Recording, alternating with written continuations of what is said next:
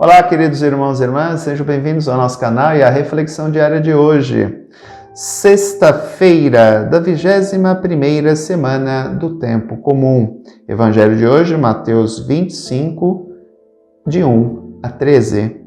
Naquele tempo, disse Jesus aos seus discípulos esta parábola. O reino dos céus é como a história das 10 jovens que pegaram suas lâmpadas de óleo e saíram ao encontro do noivo. 5 delas eram imprevidentes e as outras 5 eram previdentes. As imprevidentes pegaram as suas lâmpadas, mas não levaram óleo consigo. As previdentes, porém, levaram vasilhas com óleo junto com as lâmpadas. O noivo estava demorando e todas elas acabaram cochilando e dormindo. No meio da noite, ouviu-se um grito: o noivo está chegando, ide ao seu encontro. Então as 10 jovens se levantaram e prepararam as lâmpadas. As imprevidentes disseram às previdentes: dai-nos um pouco de óleo, porque nossas lâmpadas estão se apagando. As previdentes responderam: de modo nenhum, porque o óleo pode ser insuficiente para nós e para vós. É melhor irdes comprar aos vendedores. Enquanto elas foram comprar óleo, o noivo chegou, e as que estavam preparadas entraram com ele para a festa de casamento, e a porta se fechou. Por fim, chegaram também as outras jovens e disseram: Senhor, Senhor, abre-nos a porta. Ele respondeu: em verdade eu vos digo, não vos conheço. Portanto, ficai vigiando, pois não sabeis qual será o dia nem a hora. Interessante porque em diversos momentos fazia parte da cultura judaica isso, né? Jesus fala muito de bodas. O próprio banquete no reino dos céus é comparado a um banquete de bodas, né? Um grande casamento, uma grande festa. É interessante como isso faz parte da cultura judaica, né? E é interessante que entre os judeus, na noite do casamento, a noiva, rodeada por suas amigas, esperava a chegada do noivo que a vinha buscar. Então faz parte da cultura judaica isso. Até o comentário de hoje da reflexão fala sobre isso, né? Então a chegada da salvação é comparada com a noiva que deve vir. O capítulo 24, final do capítulo 24, né, que nós refletimos ontem, e o começo do 25 são as parábolas do final dos tempos, né? Que se fala, então ele faz parte um pouquinho da literatura apocalíptica, né? E é interessante isso, porque a salvação ela é comparada ao noivo que vai chegar. Então eu tenho que estar preparado para ela. Eu não posso ser imprevidente, né? Levar minha vida como se o dia de amanhã não fosse chegar, ou seja, viver o eterno hoje, e isso faz muito parte da cultura da nossa sociedade atual. As pessoas vivem hoje sem pensar no amanhã, né? Um dia desse eu estava conversando com o meu padrinho, ele tem um comércio, e ele fala da questão da juventude, né? Então ele tem uns funcionários jovens, e ele fala: Alex, conversava comigo, ele falando, né? Essa molecada hoje, ela torra todo o seu salário em bebida. Vai lá, compra vodka, compra uísque, compra isso, compra aquilo para levar para a balada. Chega no final, eu sou obrigado a descontar, não sobra quase nada. Ou seja, vive só o hoje. Não tem preocupação com o futuro, não tem preocupação nenhuma com nada. Vive somente o hoje. O problema disso é que você não cria uma perspectiva de futuro. As jovens previdentes. Elas levaram óleo e falaram assim: bom, se acontecer alguma coisa, eu tenho óleo de reserva. As imprevidentes não, elas vivem o eterno hoje. Não vou me preocupar com amanhã. Amanhã a Deus pertence, né? Eu já ouvi essa frase diversas vezes. Para mim é muito complicado isso, né? Eu sempre fui uma pessoa que eu vivo o hoje, trazendo o conhecimento do passado, mas criando uma perspectiva de futuro. Que eu acho, na minha visão, é a melhor forma de se viver, né?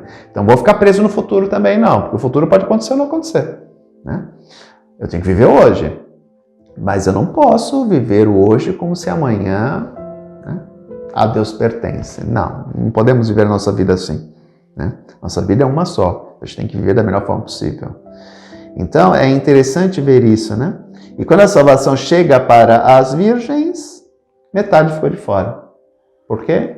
Porque vivia de acordo com o princípio do hoje. Poderíamos traduzir como o princípio do prazer, né? O eterno hoje. Ainda que pareça tardar sua chegada, é preciso que sejamos sempre acordados e prontos para não perdermos a festa, né? É a questão da morte, como eu falei no texto de ontem, né? Devemos sempre estar preparados porque a morte vai chegar. Quando? Não sei. E eu acho que Deus é muito sábio, né? Teve alguns santos que souberam a data da sua morte. Deus avisou na antecedência. Foram poucos. Mas na história de alguns santos narra-se isso, né? Eu acho que deveria ser muito angustiante. Por exemplo, eu vou morrer no dia 21 de junho de 2050. Meu, deve ser muito angustiante. Eu ver a folhinha passando, chegando o dia. Então eu acho que deveria ser algo muito angustiante. Eu não gostaria de saber, né? Tem gente que poderia ser que gostasse, mas eu acho que seria uma forma de viver muito angustiante. Portanto, não sabemos a hora que vamos morrer. Temos que estar preparados porque sabemos. A única certeza que temos nessa vida é que vamos morrer. Tem gente que pode ter dúvida da existência de Deus, mas não pode ter dúvida de que vai morrer. Porque vai morrer, né?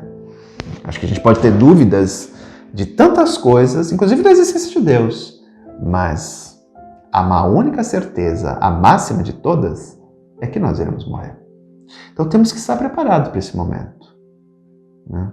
Eu acho interessante quando pessoas que têm graves doenças, né, terminais, elas se preparam para a morte. Acho isso um processo muito saudável, sabe? Arruma situações de sua vida que não ficaram, né, não foram bem definidas, busca definir isso. Alguns fazem testamentos, outros se reconciliam com parentes ou amigos que brigaram ao longo da vida e que depois não se falavam mais. Ou seja, a pessoa se prepara, né? Ela busca uma reconciliação, ela busca aparar as pontas soltas, né? É esse modo de se preparar para a morte, né? Porque sabe que isso vai acontecer.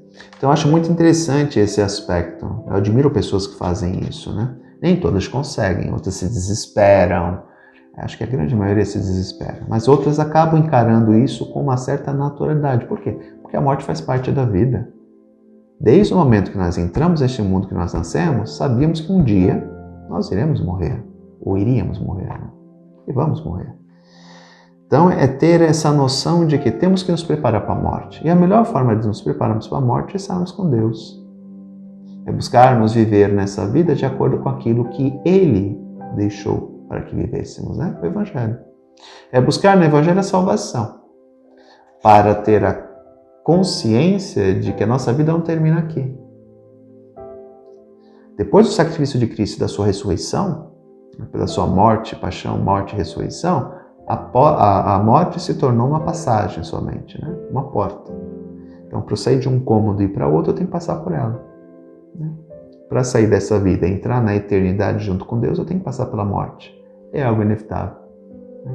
Então, possamos ter consciência disso. A salvação virá.